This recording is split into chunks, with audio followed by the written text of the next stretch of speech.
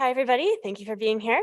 Today, I'm going to be talking about infrared spectroscopy of water ice mixed with mineral dust, and in particular, how the effect of temperature and composition of that mineral dust can change the IR signatures. So first, some background. There's comparatively few analog studies of mixed water ice and regolith. And as we've heard from Casey's talks earlier, a lot of the focus on lunar water has been on the 3-micron band or the 33 wave number band, which isn't necessarily due solely to water. It could also be due to hydroxyl groups. Additionally, the effect of temperature and mineral grain composition on the infrared signal of water at this region are comparatively understudied. And what I'm going to be focusing on today are applications to lunar water that's formed by impact melts, and this work can also be applied to cryovolcanism deposits on other bodies.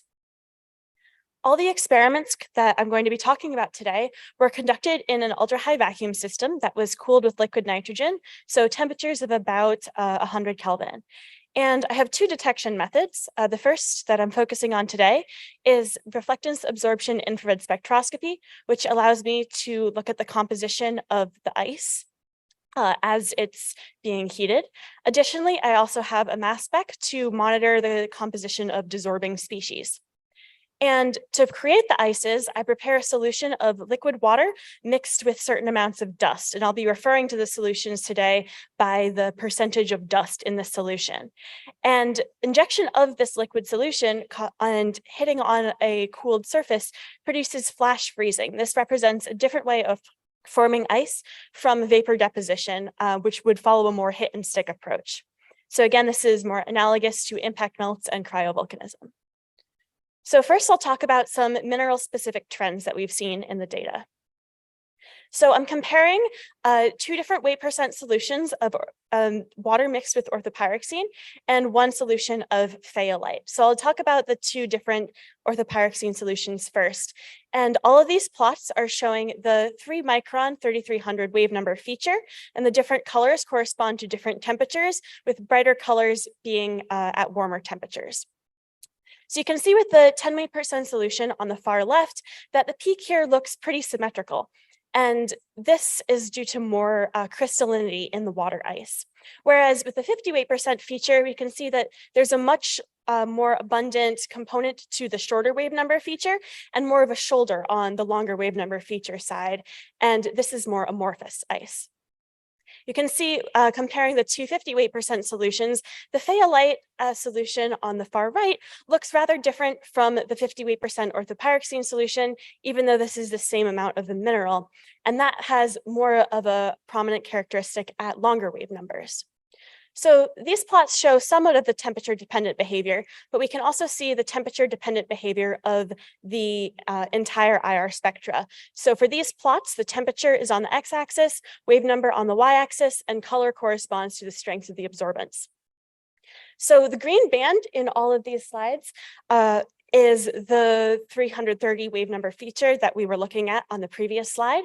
And comparing the two orthopyroxene solutions, you can see that in the 58% solution in the red box at 145 Kelvin, there's a slight shift in that position to lower wave numbers. And that isn't seen as much in the 10% solution, which adds to our theory that the 58% solution has more crystalline ice than the 10% solution. The phthalate solution also shows a slight shift in the position there in that red box at 145 Kelvin, but it's a little bit less prominent than seen in orthopyroxene. So we've also looked at these same metrics with lunar simulants. And the two lunar simulants are LHS-1, Lunar Highland Simulant 1, and LMS-1, Lunar Mare Simulant 1. These are two commercial simulants available from Exolith Labs, and they vary in many characteristics. And most importantly for today, they vary in their majority component. LHS-1 is predominantly a northrosite, and LMS-1 has much more pyroxene than LHS-1 does. So first, I'll talk about the effect of weight percent and two different solutions of LHS-1. So this is the IR in the entire region that we looked at.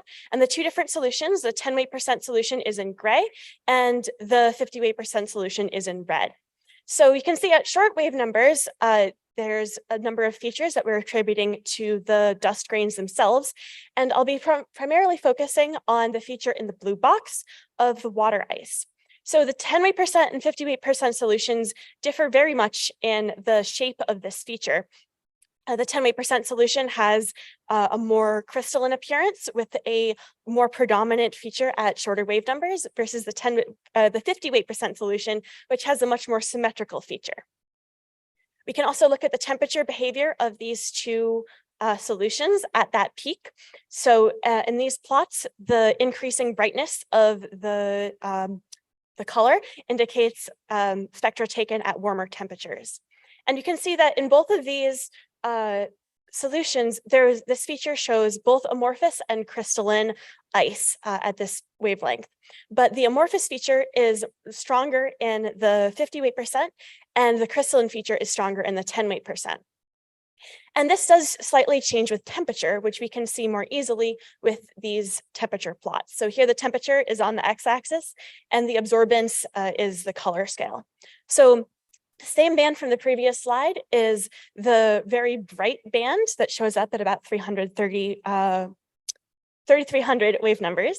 And you can see that similarly to the previous data, this shows a slight shift in the position of that feature, this time at about 150 Kelvin. And that's seen with the 10 weight percent solution as well as the 50 weight percent solution, but it's more prominent in the 50 weight percent solution. And you can also see with the other bands at shorter wave numbers, the position of those also slightly shifts, and that's easier to see in the 50 weight percent because they show up a little brighter. We also looked at comparing two different simulants and what this feature would look like. So the LHS1 50% weight solution is in gray, and the LMS1 50 weight percent solution is in red here. And you can see that the LMS1 solution shows up as more crystalline ice versus the LHS1 shows up as more amorphous ice, but the shape of the 300 wave number feature. Looking at this feature in more detail, again, both of these solutions show the amorphous component as well as the crystalline component, but the LMS1 feature shows a stronger crystalline component than the LHS1 does. And looking at the temperature dependent behavior of this, both of these solutions show a slight shift in the position of this band at 150 Kelvin, but that shift happens more predominantly with the LHS1 than the LMS1 solution. So in conclusion, the presence and abundance and composition of minerals present can change the shape of the infrared features of water ice. And mixtures of multiple minerals are also affected by the component mineral composition. Also, the IR features change with their temperature. And from an experimental perspective, the deposition method determines the features and the amorphous versus crystalline nature of water ice.